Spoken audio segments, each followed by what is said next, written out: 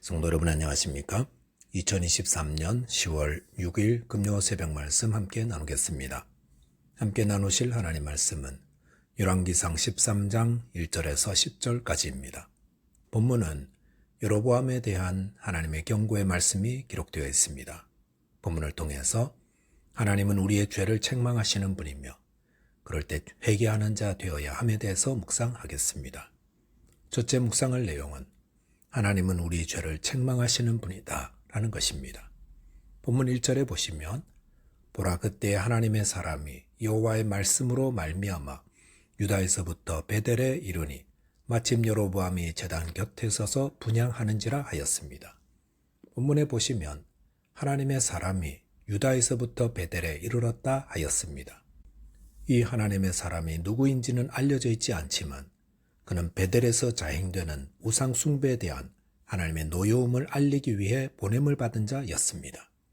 이 하나님의 사람이 베델에 이르렀을 때에 마침 여로보암이 제단 곁에 서서 분향하고 있었습니다. 하나님의 사람이 여로보암의 스케줄을 알고 있었던 것도 아니지만 그의 때에 맞춰서 도착한 것은 하나님의 인도하심 때문이었습니다. 하나님은 여로보암이 베델에 우상을 위한 제단 만들고 거기서 우상 숭배하는 때에 선지자를 보내신 것은 하나님이 그것 때문에 진노하신다라는 것을 알려주려 하셨던 겁니다. 본문 2절에 보시면 하나님의 사람이 제단을 향하여 여호와의 말씀으로 외쳐 이르되 제단아 제단아 여호와께서 이와 같이 말씀하시기를 다윗의 집에 요시아라 이름하는 아들을 낳으리니 그가 내 위에 분향하는 산당 제사장을 내 위에서 제물로 바칠 것이며 또 사람의 뼈를 내 위에서 사르리라 하셨느니라 했다고 하였습니다.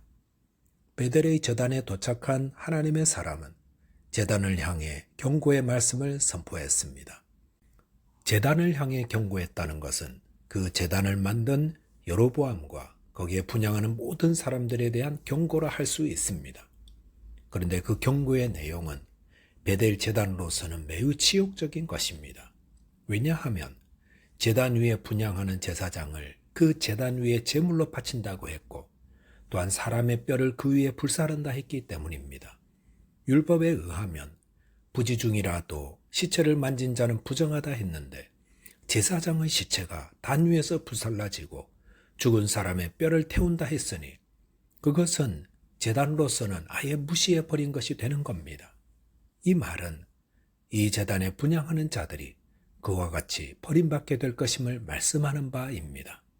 본문 3절에 보시면 그날에 그가 징조를 들어 이르되 이는 여호와께서 말씀하신 징조라 제단이 갈라지며 그 위에 있는 재가 쏟아지리라 하매라고 하였습니다.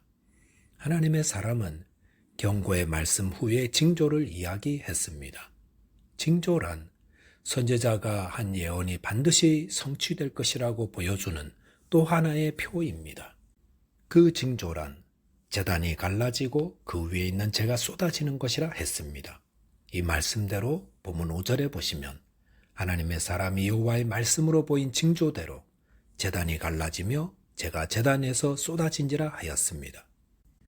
하나님은 여로보암이 베델의 제단에서 분향할 때 유다에서 사람을 보내어 제단을 향해 치욕스러운 예언을 하고 그 징조로 새 제단이 갈라지게 하시며 또 그 위에 재가 쏟아지게 하심으로 베델의 제단과 우상 숭배가 하나님이 진노하시는 큰 죄임을 알려주셨습니다.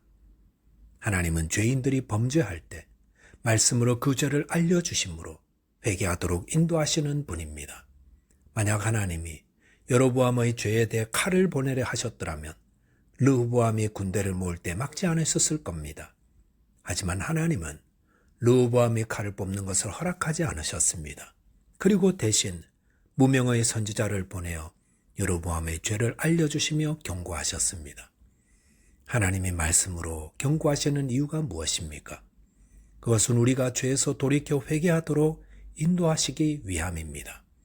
그러므로 하나님의 말씀을 들을 때 내가 죄를 지었구나 양심의 찔림을 받게 된다면 즉시 죄를 자복하고 회개해야 합니다.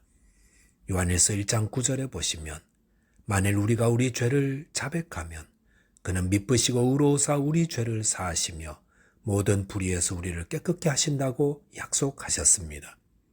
우리는 모두 연약하고 또 우둔하여 자주 넘어지고 죄 가운데로 행합니다. 그럴 때 하나님은 말씀을 통해 또 성령을 통해 우리 죄를 책망하십니다. 저와 여러분께서 하나님의 경고의 말씀을 들을 때에 즉시 회개하는 자 되시기 바라겠습니다. 둘째로 묵상할 내용은 죄를 회개하는 것이 가장 중요하다는 겁니다. 본문 4절에 보시면 여로보암 왕이 하나님의 사람이 베델에 있는 제단을 향하여 외쳐 말함을 들을 때에 제단에서 손을 펴며 그를 잡으라 하더라 그를 향하여 편손이 말라 다시 거두지 못하며라고 하였습니다. 하나님의 사람이 베델의 제단을 향하여 외치는 경고의 말씀을 들었을 때 여로보암은 손을 펴며 그를 잡으라 하였습니다. 그런데 여로보암이 언제 하나님의 사람을 잡으라 명하였습니까? 하나님의 사람이 말한 징조, 즉 제단이 갈라지고 그 위에 재가 쏟아져 내리기 전이었습니다. 이것은 여로보암이 매우 급하게 하나님의 사람을 잡으라 명하였음을 보여줍니다. 여로보암은 왜 이리 급하게 명한 것입니까? 그것은 베델의 제단의 분향은 여로보암이 국책사업으로 행한 것이기 때문입니다. 여로보암은 자신의 정치 기반을 확고히 하기 위해 거국적으로 종교 행사를 하고 있었습니다. 그런데 거기에 한 선지자가 하나님의 심판을 전한다고 하니 지금 다 된 밥에 재 뿌리는 것으로 보여졌기 때문입니다. 그런데 여로보암이 손을 펴며 그를 잡으라 했을 때 순간 그를 향하여 편손이 말라 다시 거두지 못하게 되었습니다. 손이 말랐다는 것은 손의 근육이 마비되어 손의 감각을 잃어버린 것이라 할 수 있습니다. 그것은 하나님이 하신 것입니다. 그리고 이를 통해 하나님이 심판하시면 이처럼 한순간에 여로보암의 손을 마르게도 하시고 나아가 그곳에 모인 모든 사람들을 진멸하실 수 있다는 것을 보여주신 것입니다. 하나님이 손을 마르게 하신 것은 얼마나 다행입니까? 만약 하나님이 그의 심장을 마르게 하셨더라면 여로보암은 그 자리에서 즉사하고 말았을 것입니다. 본문 6절에 보시면 왕이 하나님의 사람에게 말하여 이르되 청하건대 너는 나를 위하여 네 하나님 여호와께 은혜를 구하여 내 손이 다시 성하게 기도하라. 하나님의 사람이 여호와께 은혜를 구하니 왕의 손이 다시 성하여 전과 같이 되니라 하였습니다. 자신의 손이 말라버리자 여로보암은 태도를 바꾸어 하나님의 사람에게 자신을 위해 기도해달라고 청하였습니다. 여로보암이 하나님의 사람에 대해 태도가 바뀐 것은 그가 회개한 것을 뜻하지 않습니다. 만약 그가 정말로 죄를 깨닫고 회개하는 자였더라면 자기 팔의 회복을 부탁하기 전에 먼저 하나님께 제가 범죄했나이다라며 용서를 구했을 것이기 때문입니다. 하나님이 우리를 회개로 인도하실 때 때로는 우리의 팔을 마르게도 하시고 때로는 여러 어려움들을 주실 수도 있습니다. 그럴 때에 온전히 회개하는 자는 자신의 문제보다 자신이 지은 죄와 직면합니다. 그리고 먼저 회개함으로 자기 영혼을 구하려 합니다. 왜냐하면 영혼을 멸망에서 구원하는 것이 팔을 고치고 문제를 해결하는 것보다 더 중요한 것임을 알기 때문입니다. 마태복음 5장 29절 30절에 보시면 만일 내 오른 눈이 너로 실족하게 하거든 떼어내버리라.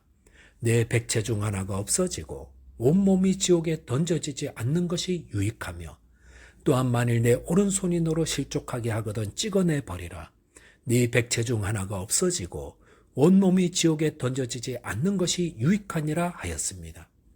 성도 여러분, 혹 어떤 어려움을 마주하게 되거든 혹 내 영혼을 위태롭게 하는 회개하지 않은 죄가 없는지 살펴보시기 바랍니다. 저와 여러분이 하나님 앞에서 자기 죄를 정직히 고백하며 용서를 구함으로 영혼을 구원하는 자 되시기 바라겠습니다. 기도하겠습니다. 하나님 아버지, 저희는 연약하여 자주 넘어지고 범죄합니다. 이런 저희를 말씀으로 책망해 주옵소서. 그리고 그 책망을 들을 때에 또 여러 어려움을 통하여 저희 죄를 회개하며 저희 영혼을 구원하는 자 되게 하여 주옵소서. 예수 그리스도 이름으로 기도하옵나이다. 아멘. 오늘도 믿음으로 승리하는 하루 되시기 바라겠습니다. 감사합니다.